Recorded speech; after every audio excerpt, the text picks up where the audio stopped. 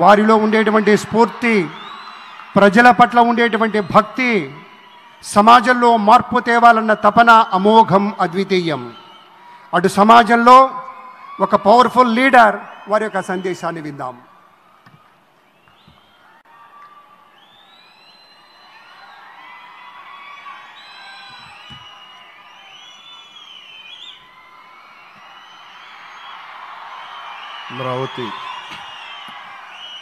అమరావతి పునఃప్రారంభం సందర్భంగా 34,000 ఎకరాలు ఇచ్చి 29,000 పైచిలకు రైతులు గత 5 సంవత్సరాలుగా నలిగిపోయి ఇక్కడికి వచ్చి రోడ్ల మీదకి వచ్చి ముళ్ళ కంచెల మధ్యలో కూర్చొని పోలీసు లాఠీ దెబ్బలు తిని కేసులు పెట్టించుకొని ఇంట్లో పెద్దవాళ్ళని కానీ చాలామందిని 2,000 పైచులకు రైతులు ప్రాణాలు కోల్పోయి మీరు నలిగి బాధపడి మీ కన్నీళ్ళు తుడిచే వాళ్ళు ఉన్నారా ఆ రోజునని చాలాసార్లు మహిళా రైతులు నన్ను అడిగారు. ఇది గౌరవ ప్రధానమంత్రి శ్రీ నరేంద్ర మోదీ గారికి తెలుస్తుందా అని ఒకసారికి 5 సంవత్సరాల క్రితం మీరు అడిగారు. నేను ఆ రోజు ఆయనకి తెలియకుండా ఏది ఉండదు, అమరావతి శాశ్వత రాజధానిగా ఉంటుందని ఆ రోజు మేమందరం కలిపి మాట ఇచ్చాం. ఆ ఇచ్చిన మాట ప్రకారం ఈ రోజున గౌరవ ప్రధానమంత్రి గారి చేతుల మీదుగా మళ్ళీ ఇంకొకసారి పునఃప్రారంభం జరగబోతుంది. ఇది ఆది శంకరాచార్య 1237వ జయంతి సందర్భంగా తిరిగి అమరావతి పునఃప్రారంభం కావటం చాలా ఆనందాన్ని కలగజేస్తుంది. మనందరం 5 కోట్ల మంది ప్రజలకి సంబంధించి ఇది ఒక హబ్, ఇది సెంటర్, సెంటర్ ఇది. అంటే మనందరికీ సంబంధించిన ఇల్లు ఇది. మనందరం ఎవరిని అడుగుతున్నామంటే ఒక ప్రధానమంత్రి గారు పూర్వం సన్యాసాశ్రమంలో ఉన్నప్పుడు ఆయనకి అనికేత్ అనే పేరు పెట్టారు. అనికేత్ అంటే అర్థం పరమశివుడు, ఇల్లు లేనివాడని. అలాంటి ఇల్లు లేనివాడు, కుటుంబం లేనివాడు 5 కోట్ల మంది కుటుంబాలకు, 5 కోట్ల మంది ప్రజల కోసం, ఎన్ని కోట్ల కుటుంబాల కోసం మనందరికీ రాజధానిలో ఒక నగరం నిర్మించడానికి, ఇల్లు నిర్మించుకోవడానికి ఇల్లు లేకుండా 140 కోట్ల మంది ప్రజల బాధ్యత తీసుకొని కశ్మీర్ నుంచి కన్యాకుమారి వరకు, అక్కడ కామాఖ్య నుంచి ద్వారకా వరకు ప్రపంచమే, మన దేశమే తన కుటుంబంగా చేసుకుంటూ ఈ భారతదేశమే తన ఇల్లుగా చేసుకొని తిరిగి పునఃప్రారంభానికి విచ్చేసిన గౌరవ ప్రధానమంత్రి శ్రీ నరేంద్ర మోదీ గారికి మనస్ఫూర్తిగా మన అందరి తరపున, ఆంధ్రప్రదేశ్ ప్రజలందరి తరపున, అమరావతి రైతాంగం తరపున, ఆడపడుచుల తరపున వారికి చేతులెత్తి హృదయపూర్వక నమస్కారాలు తెలియజేస్తున్నాను. దివిసీమ తుఫాన్ వచ్చి అందరి ఆశలను తుడిచిపెట్టేసినట్టు గత ప్రభుత్వం రాష్ట్రం మరియు అమరావతి భవిష్యత్తుని తుడిచిపెట్టేసింది. అమరావతి అంటే పరదాలు, సెక్షన్ 30, సెక్షన్ 144 మాత్రమే గుర్తుకొచ్చేలా పనిచేశారు. నువ్వు ధర్మం కోసం నిలబడితే ధర్మం నువ్వు నిలబడేలా చేస్తుంది అనే విధంగా ఆ రోజున అమరావతి రైతులు, రాష్ట్ర ప్రజలు ఈ ధర్మ యుద్ధంలో విజయం సాధించారు. రైతులు ఇచ్చిన 11,000 ఎకరాల భూమిని త్యాగం చేసి వారి సంకల్పం, 33,000 ఎకరాల భూమిని త్యాగం చేసి వారి సంకల్పం ఫలితంగా ఈ రోజున ఆంధ్రప్రదేశ్ రాజధాని ఆవిర్భవించింది. అమరావతి రాజధాని పనులు పునఃప్రారంభమవుతున్న ఈ శుభ సందర్భంలో ముందుగా రాజధాని నిర్మాణం కోసం స్వచ్ఛందంగా ముందుకొచ్చి తమ భూముల్ని, పొలాల్ని ప్రభుత్వానికి ఇచ్చిన అమరావతి ప్రాంత రైతులకు, మీ త్యాగానికి గత 5 ఏళ్లుగా మీరు చేసిన పోరాటానికి శిరస్సు వంచి మీకు ధన్యవాదాలు తెలియజేస్తున్నాను. గత 5 ఏళ్లుగా రాజధాని నిర్మాణం నిలిచిపోయి రాజధాని తరలిపోతుందనే సమయంలో రోడ్ల మీదకు వచ్చి 5 కోట్ల ప్రజల తరపున రైతులు, మహిళలు, విద్యార్థులు చేసిన పోరాటం, మీరు పడిన అవమానాలు, మీపై పడిన గాయాలు ప్రతి ఒక్కటి మా మనసులో ఉంది. ఆ రోజున దివ్యాంగులను కూడా లాఠీ దెబ్బలు నా గుండెలు ఇంకా సజీవంగా ఉన్నాయి. ఆ బాధ మేము మర్చిపోలేదు, ఎవరిని మర్చిపోనివ్వలేదు. అందుకని దానికి సజీవ సాక్షి ఈ రోజున తిరిగి పునఃప్రారంభానికి గౌరవ ప్రధానమంత్రి గారు రాక, ఆ రోజున మహిళలు విద్యార్థులు చేసిన పోరాటం, మీరు పడిన అవమానాలు, మీపై పడ్డ గాయాలు ప్రతి ఒక్కటి మనసులో ఉంది. మీ త్యాగాన్ని మేము మర్చిపోం. మీరు చేసిన త్యాగానికి జవాబుదారీగా ఉంటాం. బాధ్యతగా అమరావతి నిర్మాణం జరిగేలా సాయశక్తుల ఈ కూటమి ప్రభుత్వం కృషి చేస్తుంది. అమరావతి రైతుల త్యాగాలను హృదయపూర్వకంగా స్మరించుకుంటూ వారి ప్రతినిధులుగా ఇక్కడకు విచ్చేసిన రైతులకి నా ప్రత్యేక నమస్కారం.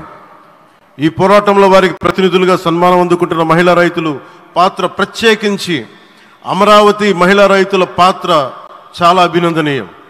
మీరు ఎంత నలిగారు, మీరు ఎంత రోడ్ల మీదకి వచ్చారు. మగవాళ్ళు ఆపేస్తే ఆడపడుచులు బయటకు వచ్చి తిరిగి పౌరుషం చూపించారు, ఆంధ్ర పౌరుషాన్ని చూపించారు. మీరికి నా ప్రత్యేక అభినందన. వాళ్ళు చూపిన సాహసం, సహనం అందరికీ ప్రేరణగా నిలుస్తాయి. వేదిక మీద ఉన్న నా మంత్రివర్గ సహచరులకి, గౌరవ ప్రధానమంత్రి శ్రీ నరేంద్ర మోదీ గారికి, విజనరీ అయిన గౌరవ ముఖ్యమంత్రి శ్రీ నారా చంద్రబాబు నాయుడు గారికి, సోదరులు లోకేష్ గారికి, గవర్నర్ గారికి ప్రత్యేకించి నా హృదయపూర్వక నమస్కారాలు, ధన్యవాదాలు తెలియజేస్తున్నాను. అలాగే ఇతర సహచరులకు, సభకు హాజరైన వారికి, రాష్ట్ర ప్రజలకు కూడా నమస్కారాలు తెలియజేస్తున్నాను.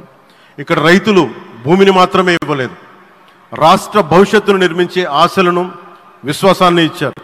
కానీ 5 సంవత్సరాల్లో గత ప్రభుత్వం ఆ త్యాగాన్ని అవమానించింది. 3 రాజధానులు అస్తవ్యస్త విధానంతో ప్రజల విఘ్నతని, అమరావతిని అగౌరవపరిచింది. ఈరోజు ఈ వేదిక నుండి మేమందరం మీకు హామీ ఇస్తున్నాం.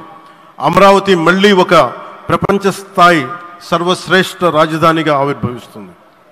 అమరావతి ఒక ఆర్కిటెక్చరల్ జోన్, ఒక కాంక్రీట్ జంగిల్గా మిగిలిపోకుండా జవాబుదారీతనం, న్యాయం, ప్రజాస్వామ్యానికి ప్రతీకగా నిలవాలని ఆకాంక్షిస్తున్నాను. కేంద్రంలో రాష్ట్రంలో స్థిరమైన ఎన్డీఏ ప్రభుత్వం ఏర్పడిన కారణంగా అభివృద్ధి కార్యక్రమాలు వేగంగా సాగుతున్నాయి. మేనిఫెస్టోలో ఇచ్చిన హామీలన్నీ దశల వారీగా బాధ్యతాయుతంగా అమలు చేస్తున్నాం. కేవలం మ్యాచింగ్ గ్రాంట్స్ ఇవ్వని కారణంగా గత ప్రభుత్వం రాష్ట్రం కేంద్రం నుంచి పొందాల్సిన 1000 కోట్లు నష్టపోయింది. కానీ ఈ ప్రభుత్వం కోఆపరేటివ్ ఫెడరలిజం స్ఫూర్తితోటి, పరస్పర సహకారంతో పనిచేస్తున్నాం. రాష్ట్రంలో రహదారులు, రైల్వే, పారిశ్రామిక రక్షణకు సంబంధించి ఈ రోజున మన అమరావతి కాకుండా రాష్ట్రంలో రహదారులు, రైల్వే, పారిశ్రామిక రక్షణకు సంబంధించి ఈ రోజున 1,07,00,000 కోట్ల విలువైన అభివృద్ధి పనులకి ప్రధాని గారు శంకుస్థాపనలు, ప్రారంభోత్సవాలు చేస్తున్నారు. రాయలసీమలో గుంతకల్ రైల్వే, గోరంట్ల హైవే లాంటి వివిధ కార్యక్రమాలకు, ఉత్తరాంధ్రలో పిఎం ఏక్తా మాల్ లాంటి వివిధ పనులకు ఈరోజు శంకుస్థాపన, ప్రారంభోత్సవం చేస్తున్న ప్రధానమంత్రి గారికి నా హృదయపూర్వక కృతజ్ఞతలు. నేను అవనిగడ్డ ఎన్నికల ప్రచారంలో హామీ ఇచ్చిన దానికి అనుగుణంగా మనందరి ఆశలు మనకి ఆశించిన విధంగా నాగాయలంకలో మిస్సైల్ టెస్ట్ రేంజ్కి ప్రధానమంత్రి గారు ఈ రోజున శంకుస్థాపన జరగడం నాకు చాలా సంతోషంగా ఉంది. Now with Honorable Prime Minister Sri Modi ji and Honorable CM Sri Chandrababu Naidu garu, and together again Amravati will surely become a world-class capital, a 360-degree growth engine for all of Andhra Pradesh. Our youth will no longer have to leave for Bangalore, Chennai or Hyderabad. Soon Andhra Pradesh will create jobs for our people and attract talent from across the nation and the world. దీనికి అమరావతికి ప్రత్యేకించి ఒక వ్యక్తిని మనం స్మరించుకోవాలి. రాళ్లల్లో, రప్పల్లో ఒక మహానగరాన్ని చూసిన వ్యక్తి, ఒక 20 సంవత్సరాలు ముందుకెళ్ళి చూసిన వ్యక్తి. అలాంటి నాయకులు మనందరం కోరుకున్నట్టుగా ఆయన వెనంటే ఆయన ఉండాలి, ముఖ్యమంత్రిగా ఉండాలి అని మేము ఆశించిన విధంగా ఆయన ముఖ్యమంత్రి అయ్యారు. ఆయన సైబరాబాద్ అనే సిటీని ఎలా నిర్మించారో, ఎంత అద్భుతంగా రూపకల్పన చేశారో, అమరావతి అనే ఈ క్యాపిటల్ని కూడా ఆయన అపారమైన అనుభవంతో, ఆయన దక్షతతోటి, ఆయన గవర్నెన్స్ కేపబిలిటీ తోటి, అడ్మినిస్ట్రేటివ్ కెపాసిటీ తోటి ఇది అద్భుతమైన మహానగరంగా తీర్చిదిద్దుతుంది. ఇది ఆంధ్రప్రదేశ్కే కాదు భారతదేశానికి తలమానికంగా అవుతుందని మనస్ఫూర్తిగా నేను ఆశిస్తున్నాను. అలాగే ప్రత్యేకించి ఈ రోజున మనం ప్రధానమంత్రి గారిని చాలా లోతుగా మనం అర్థం చేసుకోవాలి. ఈ రోజున కశ్మీర్లో దాదాపు 28 మందిని చంపేశారు. అలాంటి క్లిష్ట సమయంలో రాష్ట్రం, దేశం మొత్తం యుద్ధం వైపు వెళ్తున్న సమయంలో, అలాంటి కీలక సమయంలో ప్రధానమంత్రి గారు ఇక్కడికి వచ్చి లోపలంతా బరువు, గుండెల్లో బరువు పెట్టుకొని వేదన ఉండి కూడా అమరావతి రైతులు చేసిన త్యాగాలను మర్చిపోకూడదని చెప్పి ఇంత ఇబ్బందుల్లో కూడా ఆయనకు వచ్చినందుకు మనస్ఫూర్తిగా ఒక్కసారి మనందరం ప్రధానమంత్రి గారికి గౌరవ సూచకంగా మనందరం కృతజ్ఞతలు తెలియజేయాలి. The Pahalgam terrorist attack has been one of the darkest days for the entire country. Even the blood was spilled in Kashmir. The blood spilled in Kashmir, it created tremors in the entire nation. And we had seen it personally, witnessed personally, the pain of the victims. For the Honorable PM Modi ji, he is leading the country through these tough times, and he assured all the citizens with stern action against the perpetrators of terrorism. I know this is very sensitive time, and Modi ji is carrying the nation's burden. Amidst this tremendous difficult moment, Modi ji still gave time and came today to Amravati. This shows his deep commitment to Andhra Pradesh, to the people of Andhra Pradesh, and we are deeply grateful to you, sir. May Lord Bhavani, మన కనకదుర్గమ్మ ఆశీస్సులతోటి వారికి బలాన్ని ఇవ్వాలి, శక్తిని ఇవ్వాలి, మనందరం ప్రార్థిద్దాం. May Lord Bhavani Mata give immense strength to our Honorable Prime Minister Modi ji to lead our nation and bless Bharat, Andhra Pradesh and Amravati. Jai Bhavani, Jai Bharat and Jai Hind.